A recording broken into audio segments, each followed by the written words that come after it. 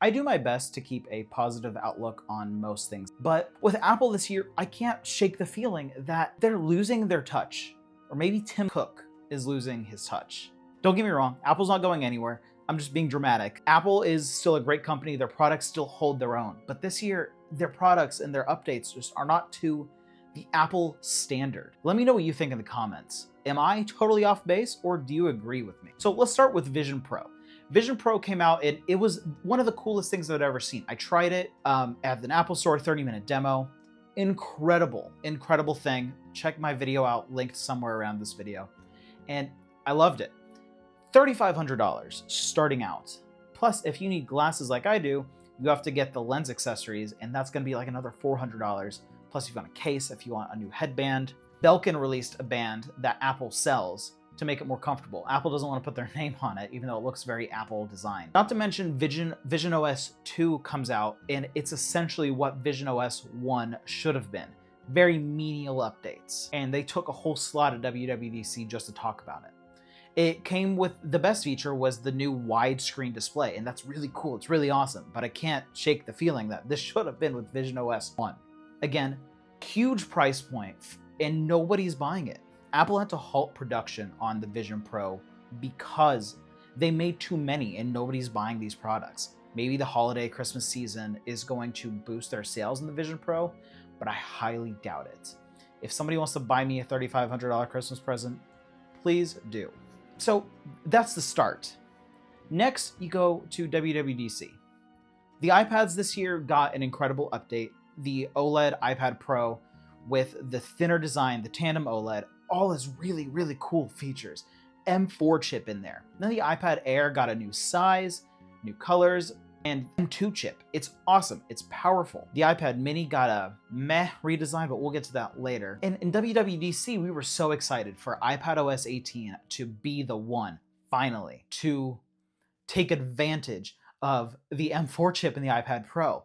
And all they did was add a calculator. Aside from that, I legitimately cannot remember what else Apple did with iPadOS 18 this year.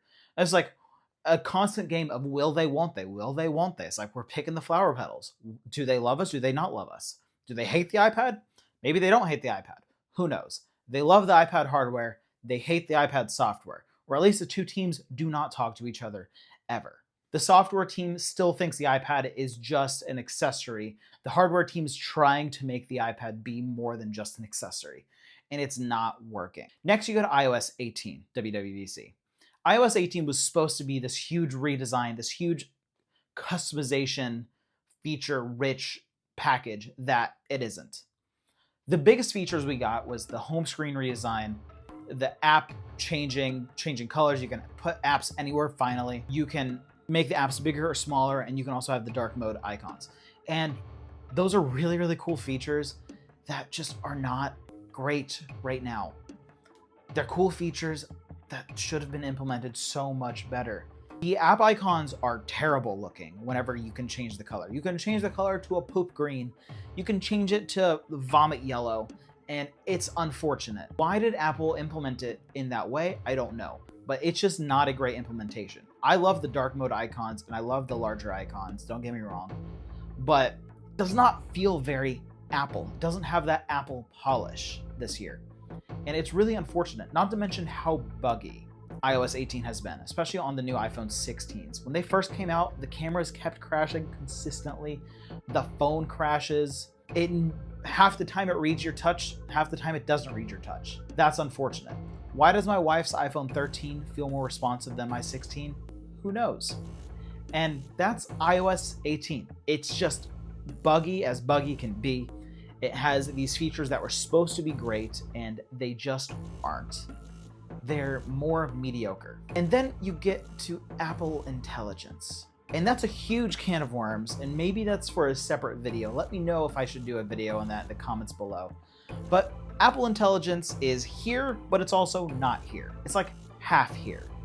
It was supposed to be the big feature for the iPhone 16 Pro and regular models, and then also it's available on the 15 Pros as well. Apple Intelligence is, at least this first half that came out in October, is meh. The best new feature from Apple Intelligence is the new Siri redesign. It looks really pretty. It's really cool. That physical look has the Apple touch, the Apple precision to it. The rest of it doesn't. So Siri still sucks and is annoying. The new summarized notifications is completely hit and miss, to the point where a lot of people are just turning it off because it kind of sucks. CNET made a whole video about how Apple Intelligence is essentially for idiots. At least that's what Apple portrays it as. And it's kind of sad. You know, this is Apple we're talking about. These are the people who made the touchscreen popular. These are the people who made the tablet game popular. People who helped with the mouse. Like, this is one of the biggest companies, the number one company in the S&P 500 right now. And this is what they're giving out this year. And it's kind of just sad. So Apple Intelligence is supposed to get a second half in March 2025, you know, halfway to the iPhone 17s. And that's supposed to have the big features of personal context, and Siri is going to get a little bit smarter. And I'm so sure that they're not going to give us the whole thing. And then by the iPhone 17s, then they'll give us what they promised with the 16s. And it's still, I'm assuming, not going to be great. Apple is just forgot AI existed, realized, oh crap, AI existed, we can't afford to wait. They start doing AI stuff and they rush it, and it's not incredible. I really am curious to see what Apple does with AI in the future, but honestly, if they didn't announce Apple Intelligence, I don't think anybody would be worse for it. I was super excited for it when it first was announced, and I think it'll be awesome when it fully comes out, but right now, it's just sad.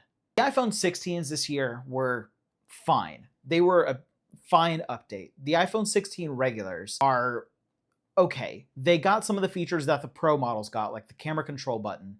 They got new cameras. They got some gorgeous new colors, some of the best colors Apple has done on an iPhone ever. And I love the new camera bump design. It looks really nice. It looks really cool, reminiscent of the 11 and the iPhone 10 and 10s models. And I really like it. What's the point of making these phones so similar to the Pro models if the Pro models aren't going to get a lot of new features? The Pro models got bigger this year, which to me is a massive upgrade. I love that so much. I love how big the new Pro models are, both the 6.3 and 6.9 inch models now. But other than that, some of the newest features just don't feel like they're the newest features. My 16 Pro Max still gets really warm. It still doesn't have, the Apple Intelligence features. It still feels very laggy sometimes, and that's probably an iOS 18 issue. Not to mention the camera control, which if you spend more than a minute with it, you realize that it's annoying, it's finicky, it's uncomfortable. It's fine. It's not the worst thing in the world, okay? But it doesn't feel like something that Apple would release.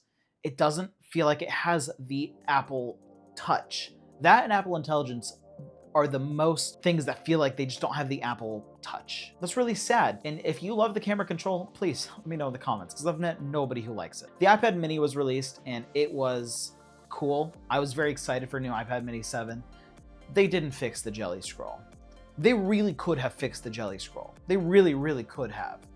They made it a little bit better, but that's it. Again, Jelly Scroll doesn't affect most people, but if you really do care, you see it. And for a company who hasn't released this iPad mini for 3 years, I feel like they've had the time with the minimal upgrades they did with the iPad mini to at least fix the Jelly Scroll. Now, Apple had some wins this year. The AirPods Pro got some really cool features with the new hearing aid features and the new hearing test. The M4 iMac, Mac Mini, Mac Pros are awesome. The Mac Mini is tiny, it's awesome, it's so cool. Oh yeah, I forgot to mention, AirPods Max got USB-C and worse colors, and that's it. All of these losses feel like they just overshadow the good that Apple has done this year. And that's sad. I've never seen Apple release stuff that gets complaint after complaint after complaint. Every year, people are so excited for the new iPads and the new software and the new phones and the new AirPod features. And this year, they just got mostly none of that. And to me, that's really sad. Hopefully, 2025 is Apple's year. Hopefully, 2025 is going to be better. We are hearing rumors of a new 17 Air.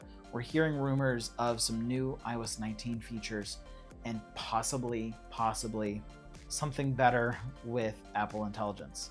But that's where we are right now. If you agree with me, let me know in the comments. I'm Jake. This is Shot on my phone.